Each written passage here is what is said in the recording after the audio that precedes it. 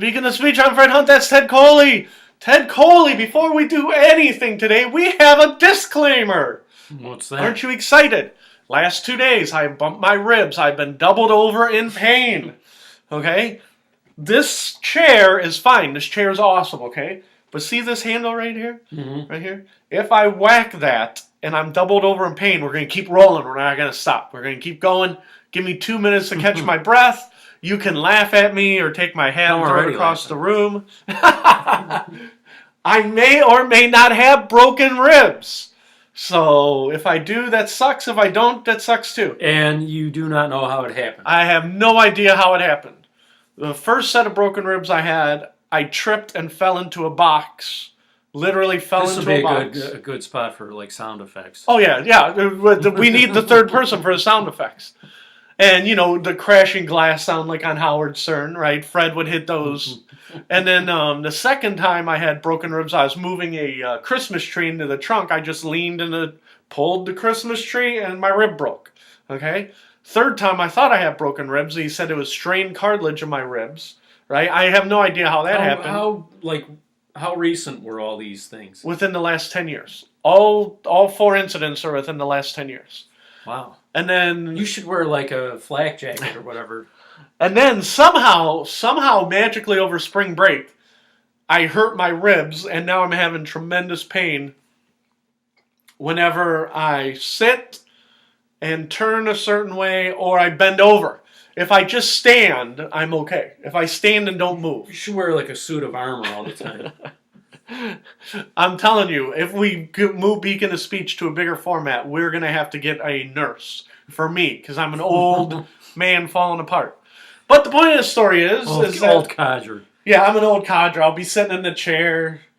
I'll be like Texas Chainsaw Massacre, the original, where they have to like take the kids have to bring the victims to the old grandpa and he's sitting in the chair.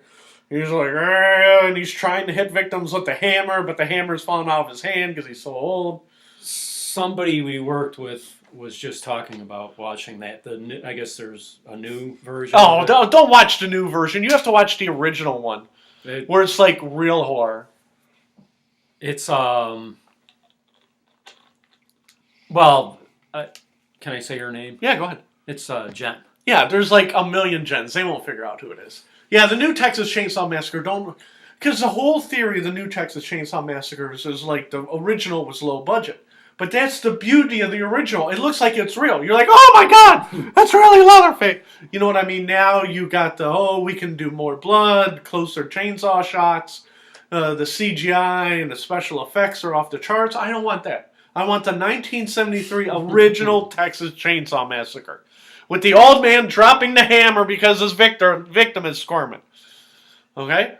And it was 73, right? 1973, yeah. That movie scared the crap out of me. That's what I told her. I'm like, I think that was made in 73. It's like, why do we know that? But, talking about 1973, Ted asked me a question. I said, right before I rolled the camera, I said, listen, we're going to talk about what you said, okay? But we're going to talk about it on camera. So I'm going to repeat your question, okay? You looked at my list of topics on Beacon of Speech that I have written about or we have talked about.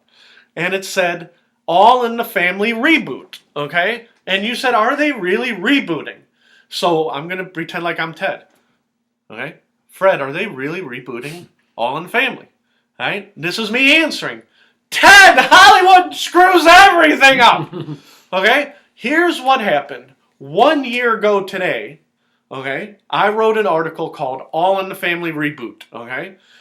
The reason being is because Roseanne Barr, she came back. Do you remember they were bringing back Roseanne?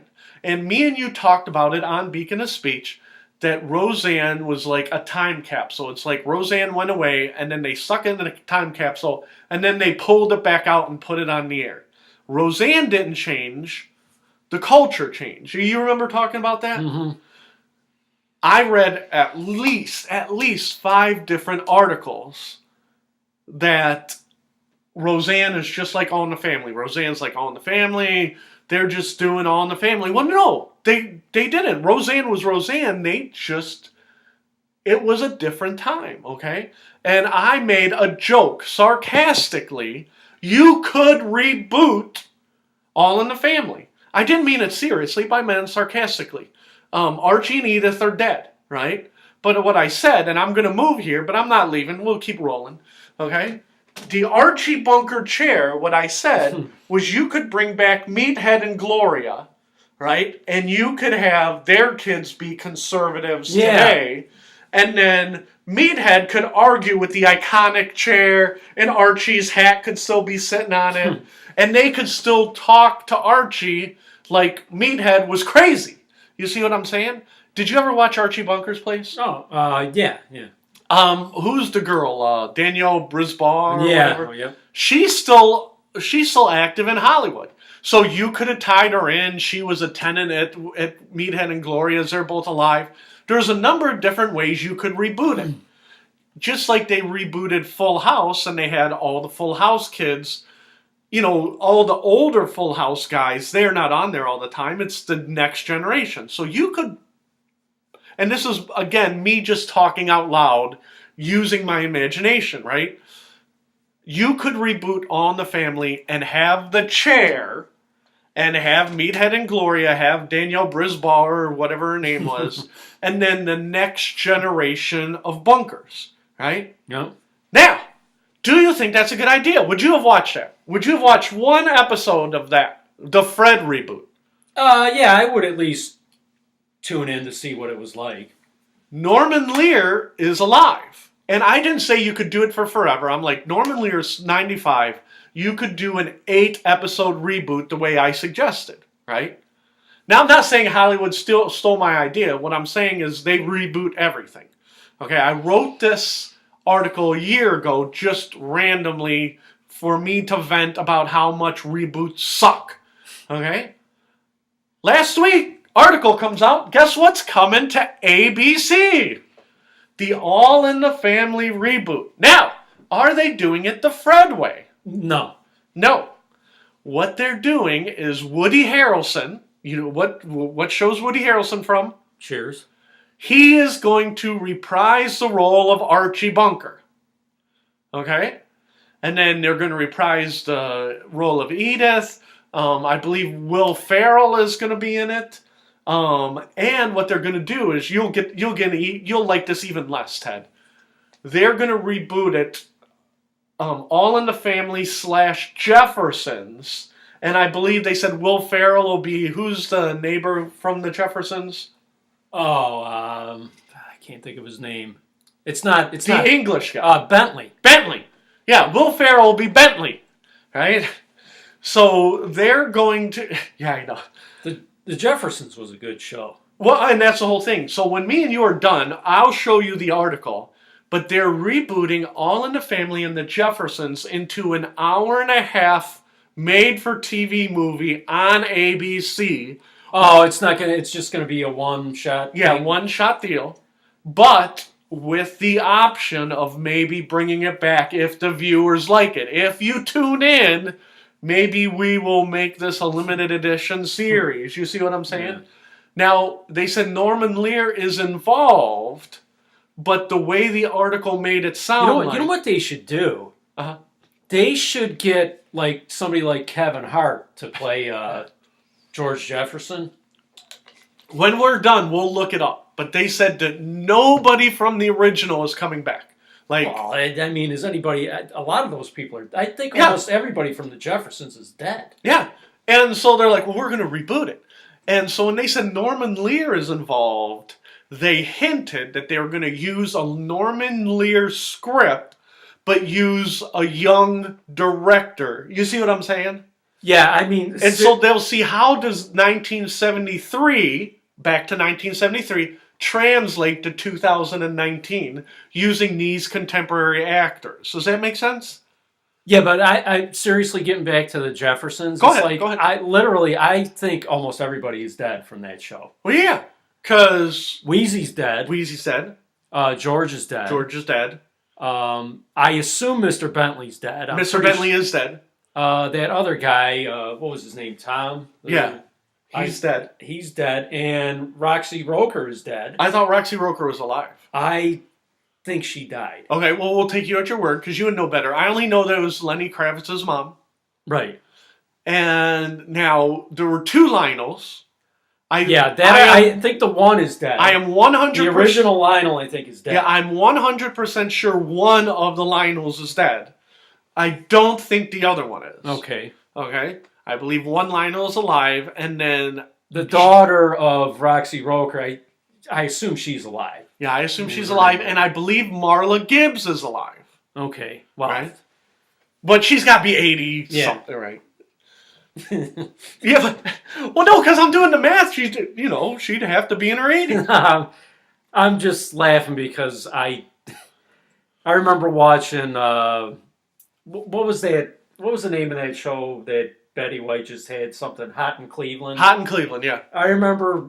I didn't really watch that, but I would see things here and there on it, and I remember. I think Marla Gibbs was on that show, like as a guest spot or whatever, and she had a really funny line. She said something like, "She said my ass looks like a bag of socks."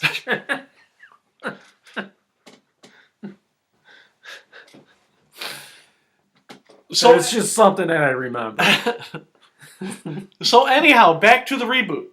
So they're going to do this. They're doing it. No matter what, it's going to be on in May. You can watch it. So I wrote an article that said, listen, I'm not going to watch that crap. Right?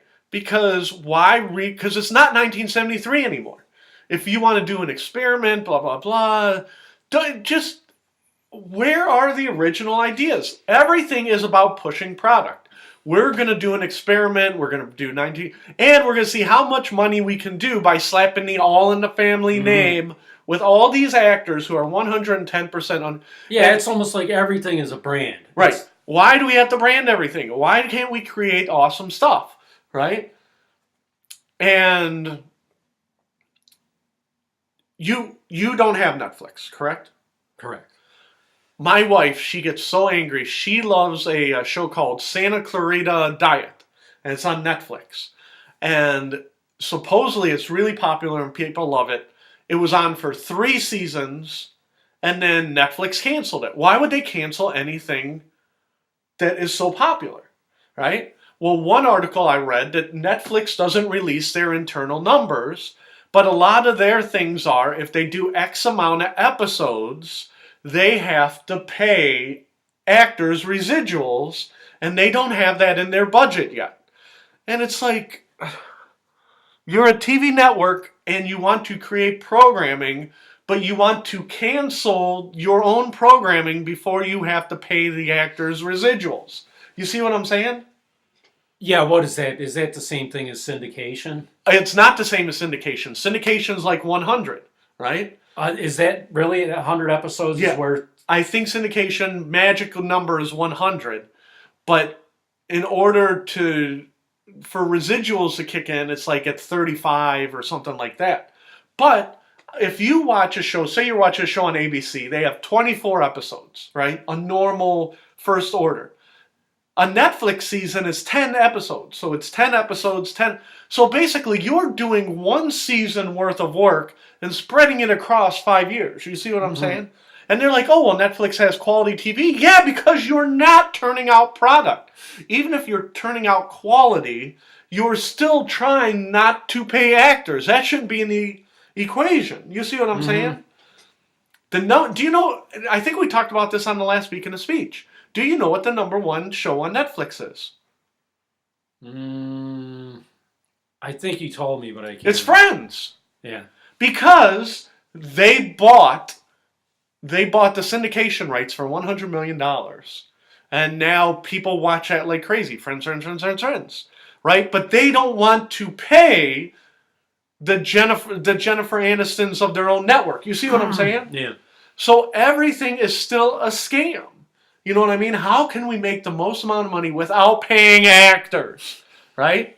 Now, we're going to walk away from TV right now because I read something so interesting. I got to bring it up on Beacon Speech. We're going to go way, way off the board. Okay? I'm going to make sure you didn't watch this news story because it was intriguing to me. Okay? There's a guy. His name is Julio Santana. Remember Julio Santana. Okay? Julio Santana. Have you ever heard of Julio Santana? He just released a book within the last year. Julio Santana, no. Julio Santana. Nope. Julio Santana he is an assassin with the most confirmed kills in world history. Okay? How have you never heard of Julio Santana? I don't know. Julio Santana's from Brazil. Okay? When Julio Santana was a teenager, and this was intriguing to me, okay? And I might not get the nitty-gritty right, but get the big picture, okay? Julio Santana was a poor Brazilian boy, lived in the Brazilian jungle. His uncle was a colonel in the Brazilian army, in the revolution. I don't remember which way, right? But they killed people all the time, right? Poor Julio's in the jungle, 16, 17 years old. He's killing... what's in the jungle that you can eat? I want to say toucans, but you can't eat a toucan. What's right? in the jungle? I don't know. Stuff in the jungle that you can eat. You can't. There's no bears in the jungle. I don't know. A boa constrictor. Okay, he's gonna shoot a snake. They're gonna eat a boa constrictor. So poor Julio Santana, he's soaked, right? He's soaked. He's got a tarp under him, and he's waiting for that boa constrictor to come. He sees a boa constrictor and he shoots a boa constrictor. Right, hits it right between the eye, cuts it off its head. Well, my family eats tonight because I shot a boa constrictor. Okay, Julio Santana never killed a person in his life. But the rumor in town was he was the best marksman, in all of Brazil. And he's like, all I ever did was shoot my dinner, right? Well, his uncle said, listen, I got so many people to kill in the Brazilian army. I got so many enemies. I got so many people I got to kill. I got to delegate some of this work to you. Okay? Does this sound familiar? Okay? So his uncle is like, listen, it's a really high-risk thing, but it's really easy. You kill this guy, and he's a child molester. Okay, he molested a lot of girls, and I'm just talking about his first kill, not the next couple hundred, right? He said, listen, he molested girls. He did horrible things to these girls. They were like 10 years old. He goes, so not only, and this is where we're going to spin away from TV, not only am I going to pay you good money, but you're helping God. You're helping me, the colonel, but you're also helping God by killing a child molester. Mm-hmm. And the 16-year-old, Julio Santana, right? Okay?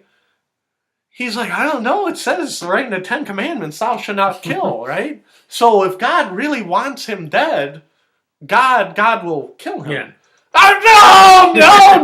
Oh, no, you are misinterpreting the Bible. God put the gun into your hands, and then you kill the child molester, and then you say, let me write it down, 10 Hail Marys, 20 Our Fathers, you did God's work, you killed in the name of God, and I'm going to give you money so you can eat. And Julio's like, I don't know. This sounds like you're tricking me, but you are my uncle. You won't lie to me. I'm just a poor 16-year-old Brazilian kid, right? So he goes out and he finds the child molester, right? And he's not looking for a 16-year-old kid. So, whatever the uncle's doing, they said he was in a boat. But I'm unclear whether he was fishing or whether he was transporting. It's Brazil. He could have been, instead of a car, he was in a boat. So Carlos Santana, he's in the bushes. Julio. I said Carlos. No, that's Carlos Santana. See, I was confused. This is Carlos Santana. We love Carlos Santana, the baseball player. For all I know, this is Uncle He's Carlos. always right behind you. Yeah, he's always right behind us. But so Julio Santana, I got to make sure I get it right so Carlos doesn't sue us. Okay? You see, he hit you with a bat. So Julio's in the bushes, right? Just like he's going to shoot a boa constrictor, right? And he's waiting for a shot. And I don't know how long he's waiting, but he's waiting a long time. And the guy comes down in the boat, and he kind of rustles, and the guy in the boat looks and makes eye contact with Julio Santana, and he knows what's coming. Julio Santana shoots him, hits him right between the eyes, falls over dead. Julio Santana said, of all his kills, you never forget the first kill. because then all of a sudden he's like, oh, did I really do God's duty? That guy died, blah, blah, blah, right? Uncle says, you know what, Julio, you did a great job. Here's your money. And by the way, you now work for me, right? What? You now work for me. I don't know. I'm only 16 and you told me we were just going to kill this one guy. He's like, listen, you're going to work for me or else I'm going to tell them that you killed this guy. They don't know he's a child molester, right? And then you're going to jail, right? So poor Julio's screwed all the way around. So the uncle... Screwlio. Yeah. So poor Julio, his uncle keeps giving him jobs, but he is able to make a living in Brazil, killing people for hire, murder for hire, and killing people through the army, wink, wink, wink, right? Now, I'm getting the impression that were these guys maybe not child molesters? It's just... They said the first one was, right? Because he said he felt so bad, he looked it up. And he said that he said the police really did arrest him for molesting a child. But this is where the trick comes in. So the uncle's like, listen, I'm only going to send you bad people. I will kill who the army says. I'm just going to delegate you the really bad people like the child molesters, right? But he tricked poor Julio, and Julio's doing it. Now he's killing, and here's $50. He's killing $50, killing $50, right? And we're going to use US dollars, not Brazilian dollars, right? So he's killed like 200 people now. And he's making a good living, and they're like, what do you do for a living? And he's like, oh, I'm in transportation. One of those Dave Green answers, right? What do you do? Oh, I drive a taxi. You see what I'm saying? So he's living life, and he's shooting all these people, right? And he is the best. Now, once he's killed a couple hundred people, now he's making a living as a contracted killer. The army comes to him, but everything is still through the uncle. Is the uncle still killing people? No. No.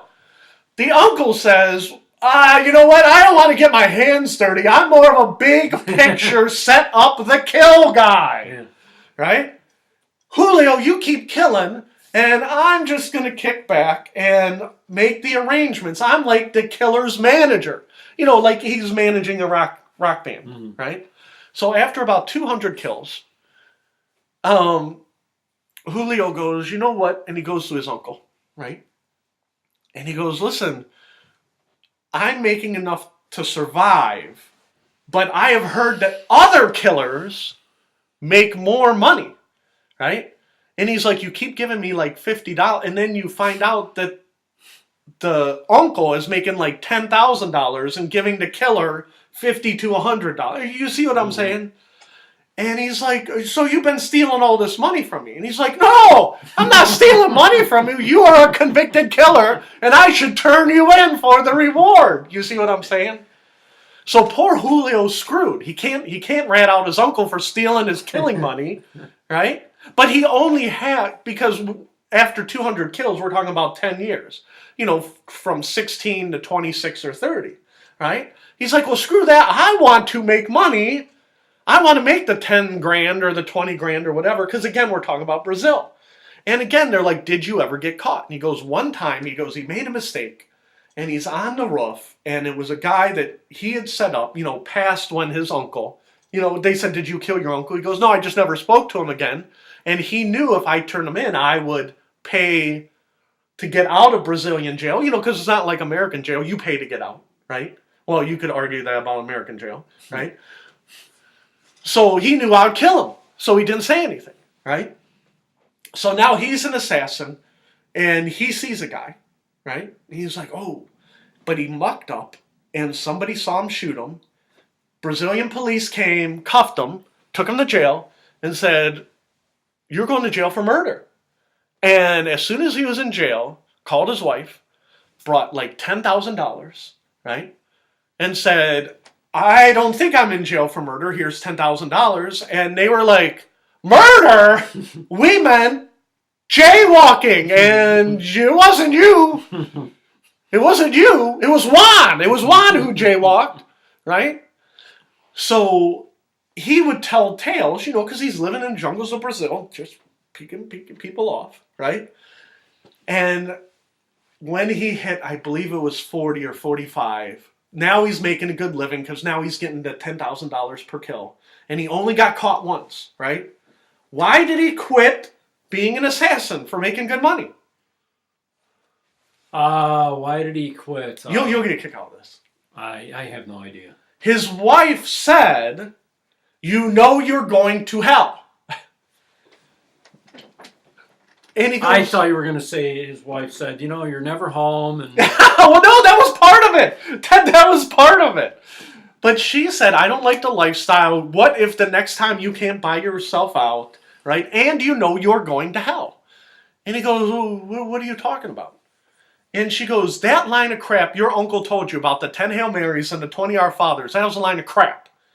And he goes, that wasn't a line of crap. Every time I killed somebody, I did 10 Hail Marys and 20 Our Fathers, and I made sure they were bad people. I can't confirm that all the people that my uncle sent me were bad, but everybody I killed was bad. Right? And she goes, you're going to hell. And he goes, well, what else am I supposed to do? I don't have any, all I do is I'm an assassin. Yeah, I don't have any other skills. I don't have any other skills. What else can I do? And she goes, listen, you tell the stories. You're not even a well-guarded assassin. Your nephews know you're an assassin. Your kids know you're an assassin. Oh, wait a minute. Is she telling him to quit and write a book or something? Yeah. Quit and write a book, right? So the only reason I know this story, the only reason you know this story is he was so unguarded, because you don't mess with an assassin or else he'll come kill you. But it was not a well-guarded secret. In whatever town he lived in the version of Garfield Heights in Brazil, right? They knew. Oh, they're like, oh yeah, Julio the assassin. 3 doors down on the right, cross the river, the big white, brick house, right? So he wrote a book about being an assassin and told, of course, he had to have a ghostwriter because he never wrote a book before. Where's that book right now, Ted Coley? It's at number 1 on the... It's not number 1, but top 10 New York Times bestseller list. So now the wife said, you need to write a book, okay? It doesn't matter that he killed 500 people and he didn't go to jail, right? Because he got over, okay? Now he could be like, I only killed bad people, right? But it all goes to show you, and I'm not just picking on Brazil, things like that happen in America too. You can get over, okay? And the whole reason I brought it up, I wanted to talk about All in the Family, right? All the people in the original All in the Family, I shouldn't say all, but all the people in Jefferson's, most of the people All in the Family, they're dead, right? Who won? You see what I'm saying? Whoever owns the name All in the Family is just still printing money. All in the Family, money, money, money, money, money. You see what I'm saying? Yeah. And it's like, it almost doesn't matter. So you could take it to the next level. Well, he wrote a book and wasn't punished for killing 500 people. He'd be like, I had to pay $10,000 to get out of a Brazilian jail. You see what I'm getting at? And that's, in a nutshell, freedom of speech, what we do here. You know what I mean?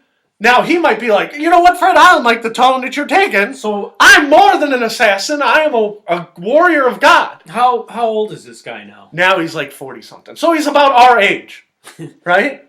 Oh, I don't feel like driving anymore. I just want to write a book about all the driving I did. You see what I'm saying? Yeah. And I didn't mean to tell you such a long-winded story, but to me it was amazing because they're like, well, I didn't kill anybody in America, so my book's doing great. You would assume that you got 500 pissed families. Even the child molester who molested the 10-year-old girl, the very first kill, that he looked in the eyes and it haunted him, right? That guy still had parents. He didn't, float out of a... You see what I'm saying? Well, it's funny because it's like, take for anybody who has a good amount of success, Right. writes a book, and then 1 million people buy it, thinking they're going to read that book and then become successful if they follow what that person did. Yeah. But it's like, that might just work for that person. Yeah. But you don't understand. I worked hard at killing. I had to work weekends, evenings. You know, I was on call. I missed a lot of time with my family. Oh, I had to, you know how many people I had to bribe in order to shoot 500 people? You know, again, it's still work. You see what I'm getting at? And again, I'm sure he shot a lot of bad people. But I find it hard to believe that all 500 people were bad people. He did not only shoot child molesters and serial killers. You know, and the uncle is the person who makes me laugh the most is the uncle. Who, like, he's like, I need to find an assassin. Where can I find an assassin and trick him into doing all my work for me? You see what I'm saying? So I don't even blame Julio that much. I mean, I do. You know, at some point, you should have been like, you know what? I've killed 95 people now, and I think maybe that should be the line. You know what I mean? So are they doing like something special with the money they get from the sale? Oh, no. Just they're in your pocket. Okay. There's no victims family relief. So what I'm saying is, half of it goes to Julio Santana, and the other half goes to the writer, who's like, wow, these are great stories. And let's just take him at his word. Okay, let's say Julio Santana's telling the God honest truth, right? Let's say when you're the writer and you're making half of like Julio Santana's the assassin, how much of that is blood money? You know, say I'm the one who wrote Julio Santana. Oh, I didn't kill anybody. I just wrote his story. You see what I'm getting at? Where does the blood money not stick on your hands anymore? You see what I'm getting at? Yeah. And it's like everything's perspective. Now, if I went up and said, listen, this book shouldn't have been on the bestsellers list. Julio Santana killed 500 people. Fred Hunt, who are you to say Julio Santana's got to feed his kids? You're just jealous. Yeah, you didn't think of it first. You and your shaky hands couldn't hold a gun still. You and your big mouth, you would have been out of the assassin game years ago. And again, it made me want to read the book. Julio Santana, when I'm reading the synopsis, I think it was on the Daily Mail, right? I'm like thinking in my head, I'm like, you know, Julio Santana is actually a pretty smart guy. You know what I mean? At the beginning he wasn't, but again, go back to when you were 16. So he is not getting in any trouble for... No! Because by writing the book, he's admitting everything he's done, Yeah. and there's no legal problems from... In America, there's no legal problems. Now in Brazil, maybe Brazil could be like here, but in Brazil, let's say you took a $10,000 bribe from Julio Santana, just hypothetically.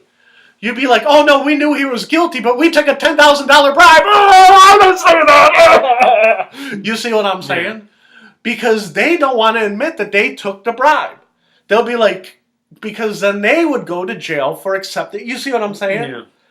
So in order to prosecute, you would have to find some squeaky clean guy who's like, I never took a bribe, and I'm willing to risk my life to prosecute Julio Santana. You see what I'm saying? Mm-hmm. But again, go back to when you were 16. When you were 16, you worked with your brothers. You did landscaping, correct? Yeah. Landscaping. Okay. Now, did you work? You worked for your dad or for? No. It was just a company. No, it wasn't even a company. It was just we just had a couple we cut the lawn where they worked, right. The company they worked, and also the owners' right. lawn. So it was just a couple places. But I'm going to tell you, and this is what's so important about America, okay? You live in America, okay? You weren't afraid of starving to death. Would you say that's fair? Mm-hmm. Your parents would take fairly good care of you, okay? When you're in Latin America, which will spin us off to our next topic, right? It's different. It's life and death, right? So say you had an uncle in Garfield Heights who'd be like, you know, Ted, I really like the way you hold that chainsaw. You know, talk about Texas Chainsaw Massacre. If you killed this child molester, I would give you $1,000. You'd be like, I'm not killing anybody. What the hell's wrong with you? I'm not going to take a chainsaw and cut them up. It doesn't matter how good I am with the saw. I'm not killing my neighbor. Right? You'd be incredulous. But in Brazil, this kid was like, oh, holy cow, my uncle's a colonel, blah, blah, blah. He became a general. You know what I'm saying? So it's apples and oranges, but you, by 16, knew right from wrong. You knew, even if you didn't kill the neighbor with the chainsaw, you were still going to eat the next morning. You see what I'm saying? Yeah. Which brings me to the next topic. Right? The Pope. Do you think the Pope, who grew up in Argentina, okay, we always have to tread lightly when we talk about the Pope, okay? Do you think the Pope who grew up in Argentina grew up more like me and you? Or do you think the Pope grew up like Julio Santana? Probably like Julio. Probably like Julio Santana. Now, this story's going to piss you off to no end, okay? Now, in Central America, they take the worst of the worst from Honduras, Belize, El Salvador. Not really Belize, that's fairly nice, but Central American countries, and they're like, we're going to Mexico. We want a better life in Mexico, right? And the Mexicans are like, oh, screw that. We don't want immigrants in our country. That sucks. Keep going. We're going to let you go to America and give you free passage. Because we don't want you to stay here because illegal immigrants suck, which is the most ironic thing of the whole Mexican immigrant story, right? For every Mexican who tries to come to America, there's a El Salvadoran or Panamanian or Costa Rican trying to get to Mexico. You see what I'm saying? So they're like, holy cow, just you can use Mexico to keep going. Just don't stay. You can keep coming, just don't stay. Go, go, go, go. Right? Now, you've heard this story before. This is not a new story. You know a lot of the illegal immigrants that are coming over, why we built the wall, why Trump built the wall, is because of the Central American immigrants. Yeah. It's Mexicans and El Salvadorans, Costa Ricans, blah, blah, blah. I'm not telling you anything you don't know. Is that correct? Yeah. Okay? You agree with Donald Trump. There should be a wall. Yeah. I disagree. There should not be a wall. Okay? That's because you want chaos. I want chaos. Right now, according to multiple news outlets, there's chaos on the border. Okay? Mm-hmm. You have seen those stories. Right? Yeah. Now, here's the whole point of my story.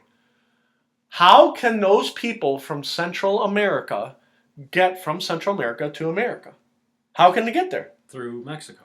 Yeah, but, Ted, me and you, okay? Let's pretend like we're idiots, okay? And I'm like, Ted, I want to walk from Mexico to Belize. And we're going to walk through Mexico. How are we going to do that? How are you going to do it? How are we going to do that?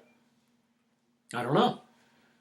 We would have to get some money. We would have to take our credit cards, right? We'd need some food. We'd probably need a backpack, right? We probably need money to hitch a ride. Even if we don't get money to hitch a ride on a train, we still need food. We still need water. We still need to pay for supplies. Yeah. Right? Would you say that's fair? Yeah. And I would argue that it would probably take a couple of grand for me and you to get from the American border to Belize. Would you say I'm right or wrong? No, you're right, I guess. Okay. We could not do it for free. Yeah. Me and you would die. Yeah. If we had to eat scorpions and grass. So you're saying we're going south. Yeah, we're going south. We're going to eat scorpions and grass. Okay? We would be dead. Would you say that's fair? No, yeah.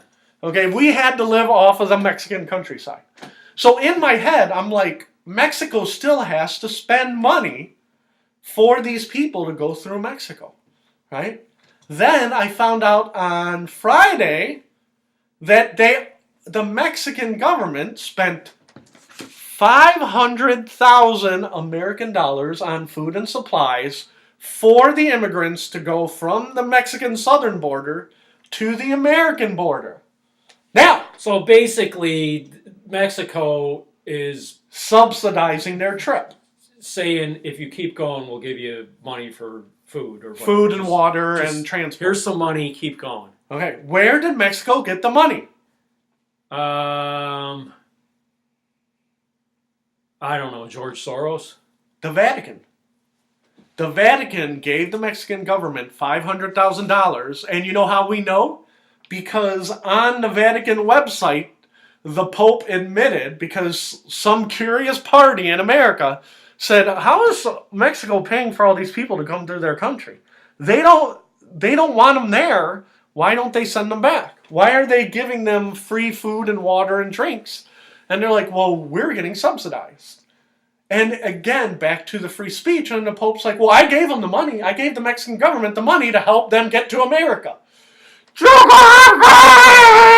What we should do is when they arrive here, we should give them money and send them to the Vatican. I'm going to tell you something right now, okay? I am a bad Catholic, okay? This goes back to when I was a good Catholic, okay? When you put money in the collection plate, that goes into, part of it goes towards, lights and the physical running of your church. Yeah. All buildings cost money. I understand that, okay? But a portion of that money goes to the Vatican. Where does that go? None of your business. This is the Vatican. We do what the fuck we want. Excuse my French. We do whatever we want, okay? You give us the money, we're the Vatican, we do whatever we want. Okay? When I was a good Catholic, I said, listen, now when I go to the collection plate, I am giving money to child molestation victims because they're suing the crap. How come the church isn't doing anything about these priests who are molesting these kids? Right? And I was told, none of your business what they do with the money. Right? They have good reason to spend. You need to have more faith that money's going to go. That faith is going to be well spent. And me and you talked about this on Beacon of Speech. You don't believe. Yeah, I'm a non-believer. You're questioning that that money's not going to a good cause because you're not a true believer. Yeah. So... And I'm telling you right now. So right now, I barely go to church. I go to church, but not very often. And I don't give very much money because I don't have a lot of money. So Ted could be like, well, then what are you complaining about? You don't give him money anyhow.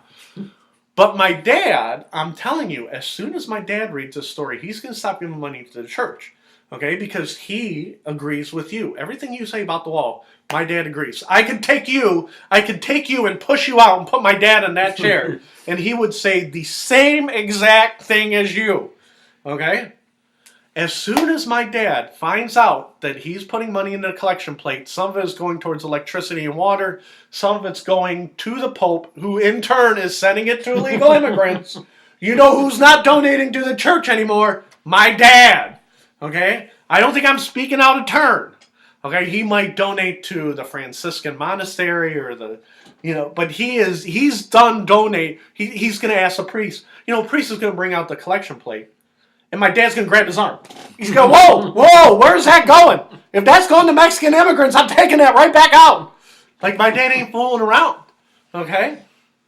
Did you hear the story about the Pope giving the Mexican government money to move the immigrants along? No, I didn't hear that.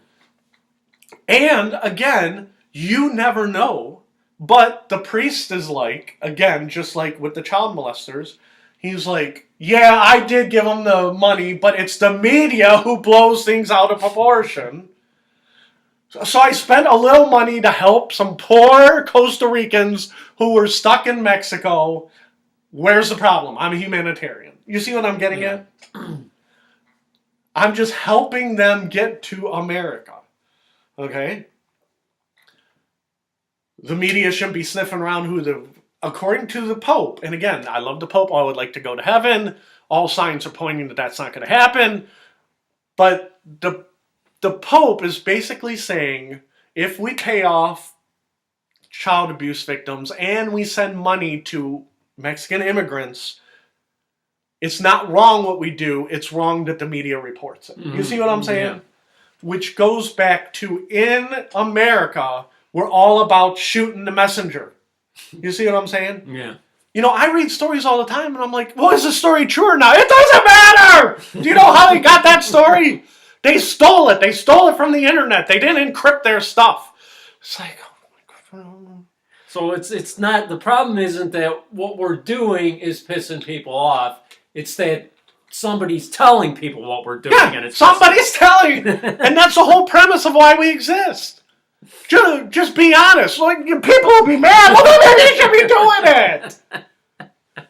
Like my dad, I'm telling you, I read this week because of my ribs. Okay, I've spent a lot of time on the computer, not writing but reading.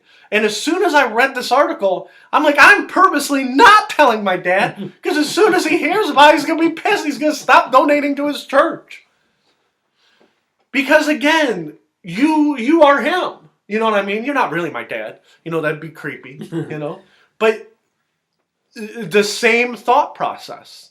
And say you don't go to church every week, but if you found that out, like say you went to church every single week, you go to St. whatever is right down the street. What's the closest church? I don't even know. You go closest church, and then you're like, a friend said that all this money, you go to the priest this next Sunday, right? Said, listen, my buddy, we do a webcast, and he said that some of this money's going to Mexico. Is that true? Your friend needs to believe in the Lord, and where the money goes is where the Lord wants it to go. You see what I'm saying? Yeah. Do you think that priest would give you a straight answer if you asked him that? No. I'm telling you, my dad grabbed the priest's arm. I remember being a kid, right? And my dad was all about God, Catholic, everything, right? And I remember the priest came to our house and said, why aren't you helping build the new school? And he goes, everybody's doing it except for you, Fred Sr., right? And my dad's like, listen, I don't think, I gotta send my kid to public school. My taxes pay for that.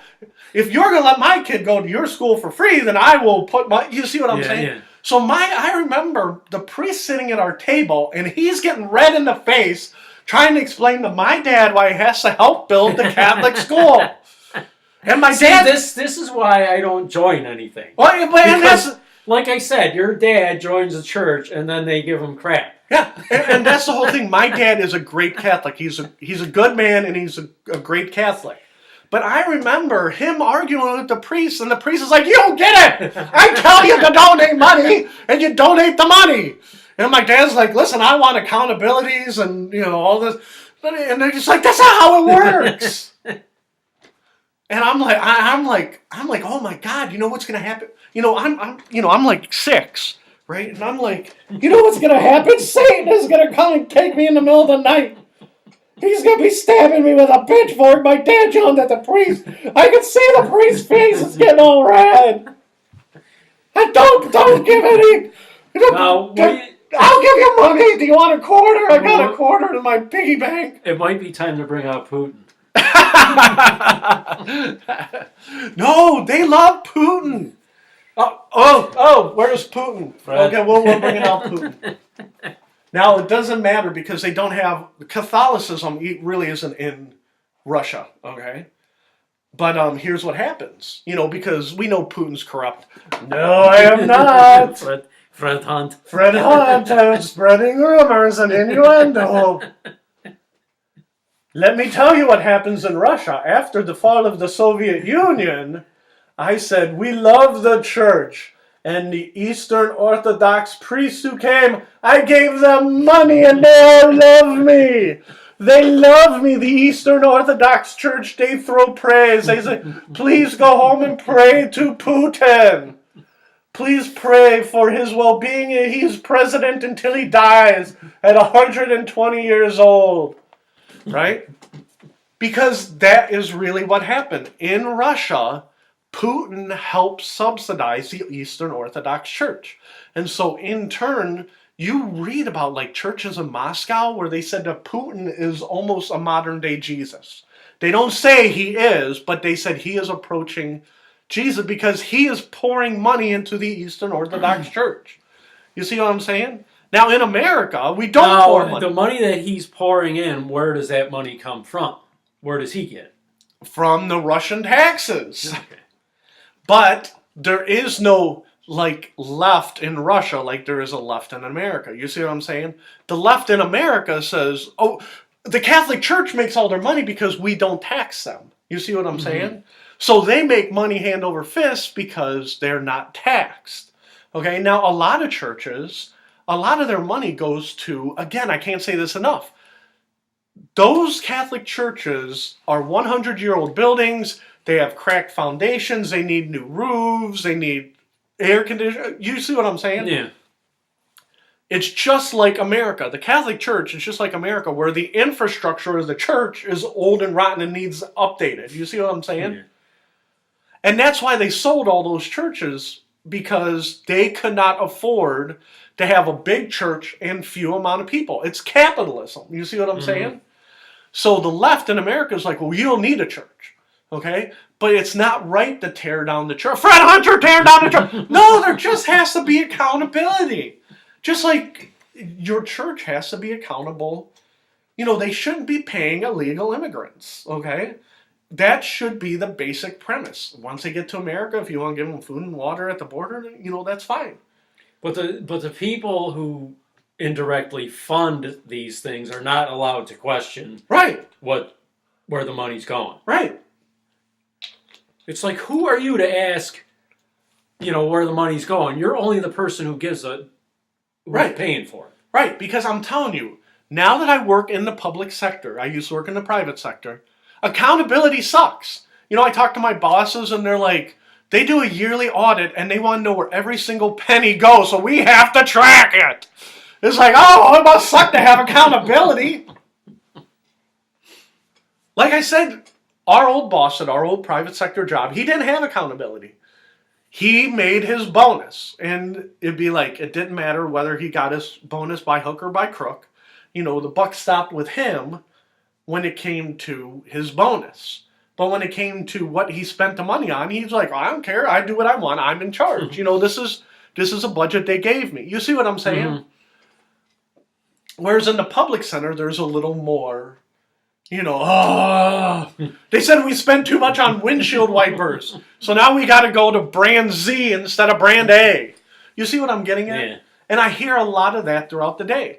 Where is the accountability? But again, public center, private sector, the Catholic Church, the Pope is like, I don't understand what the problem is, so I sent Mexico $500,000. We're worth like $50 billion in the Catholic Church, and not. Don't say how much money you're worth and all the Swiss bank accounts you have. You know what I mean? And like I said, I would prefer not to go to hell. Okay? And my dad is a good man. I've said it over and over again. I'm just saying, when he donates to the church, usually he trusts them. And I'm just saying that as soon as he hears that story about another caravan from Central America, he's got to be pissed. Right? Luckily, he doesn't watch this. Because like I said, he's a good man. Okay? I'm just saying he's like, oh. Has your dad ever watched? Oh, no. He's like, the fancy internet stuff that Fred does. Be like, oh my God, this is barely above a CB radio. Okay? Breaker 10-4. Fred and Ted, we're looking for Smokies on the street. I'm not good at CB lingo. I know I probably just all butchered that.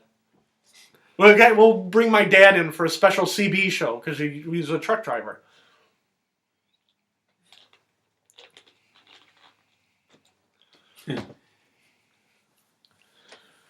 Now, does your father? You said your father-in-law has watched. Oh yeah, my father-in-law watches because he agrees with some of the stuff I'm saying. Some of it he doesn't, and then he gets mad and he says he'll bring up that you brought that up. I'm like, oh yeah. I know I was thinking that beacon of speech. I must have been on crack that episode. I must have had a crack pipe in the back. Yeah, ignore that part you didn't like. You keep watching, because like I said, he thinks I'm right about half the time. Again, because if I write something and he's like, your article is spot on, I'm like, oh crap, I moved too far to the right. Whereas, like I said, I like to give and take with you, but again, in my head, you are every man. You see what I'm saying? Yeah. Like, you are a hardworking American like my dad, right? And in my head, I am the neurotic American who's like, you know, drinks, even though I don't drink too much coffee, but, you know, drinks too much caffeine and is twitching and is like, ah, right? And you look at me and you're like, oh, you're pretty calm. This is probably the calmest I've been in 3 years because I had this week off and I like turned my brain off.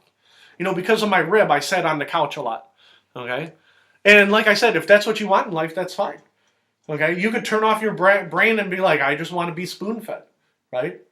But I'm just telling you, there's a lot of problems out there. And as soon as you take away speech, you're going to have a lot of problems with the next couple of generations. So this past week, were you like a hippie, like tune in and drop out or whatever? Oh, yeah. Yeah. Yeah. By Thursday, I'm like playing video games and, you know, I'm taking acid. Taking acid. Me and my kids, we went on a field trip. You know, we went out. Excuse me. I'm sorry, I just have that on the brain because I watched something last night about Haight Ashbury or, you know, so that's why. Well, let me spin it back around to you, okay, Ted? When me and you worked together, we worked with a guy. His name was Jim, and his last name was Snyder. Okay, we won't say his last name anymore. Jim Schneider. And he was high strung. Would you say that's fair? Yeah. He was as high strung as me, but in a different way, like in an angrier way. Would you say that's fair? Yeah.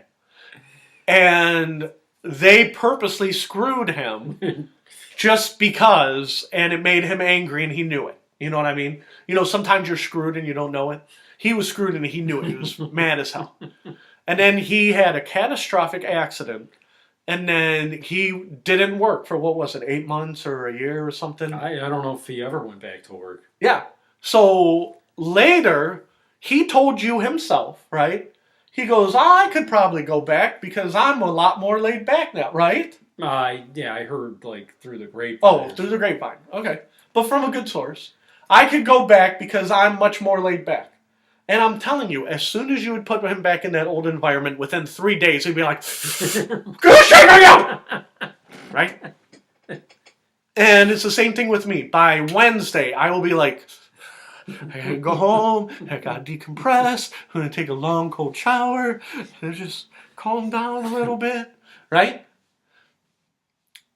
Because if you are paying attention, you should be pissed. You see what I'm saying? Yeah.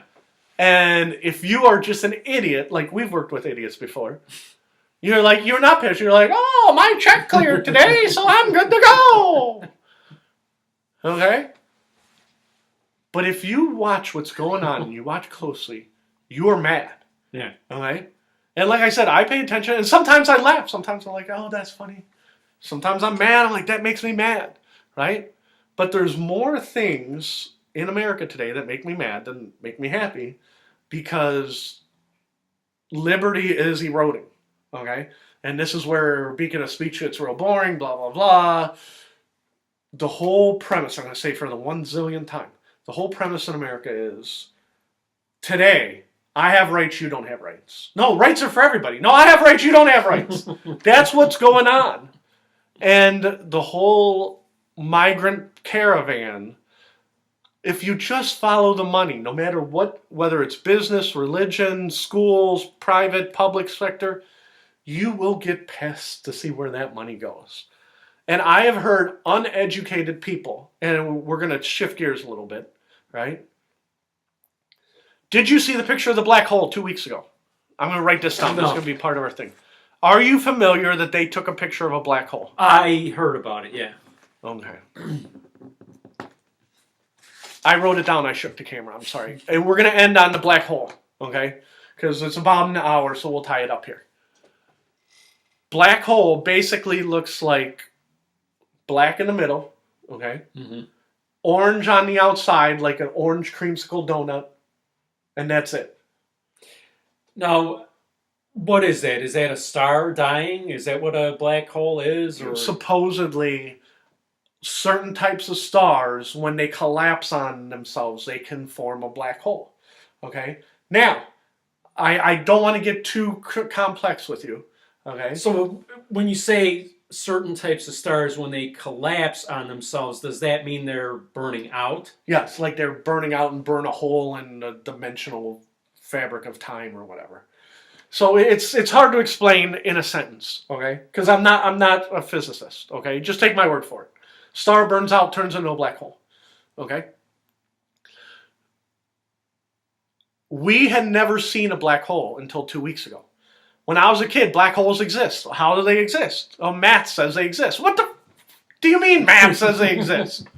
Right? My wife used to say this all the time. How do they know it exists? Because math says so. Well, show me the math. I'm like, I'm not Einstein. Talk to Einstein. Well, Einstein's dead. We used to argue about this all the time.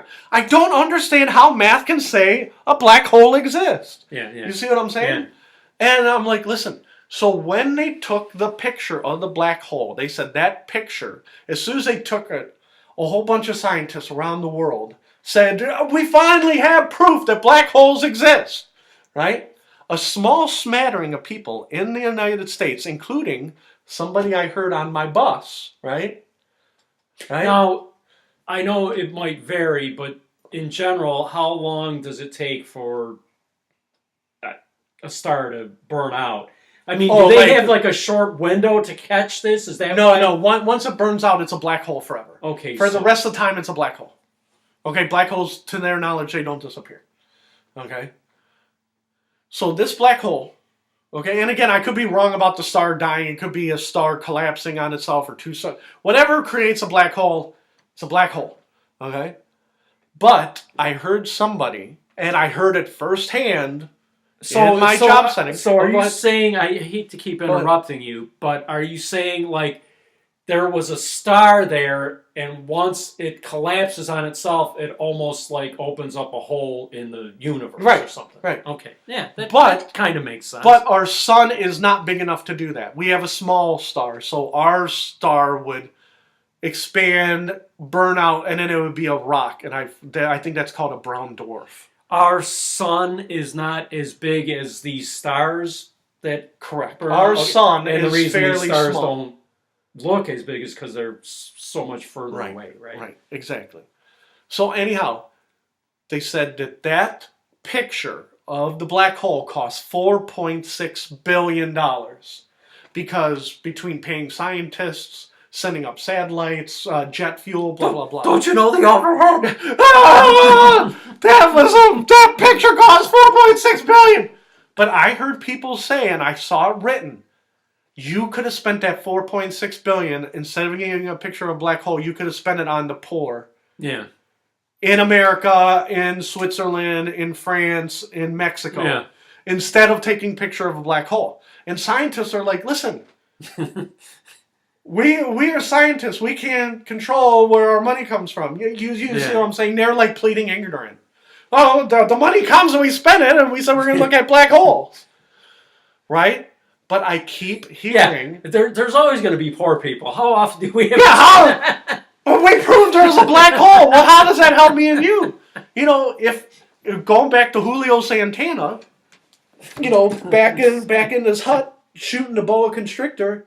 What would you rather have? Would you rather have the picture of the black hole? Or would you rather have dinner? I'd be like, can I have dinner, please? I'll take some more. I'll take some more foreign aid, please. Well, of course, if you send Brazil more foreign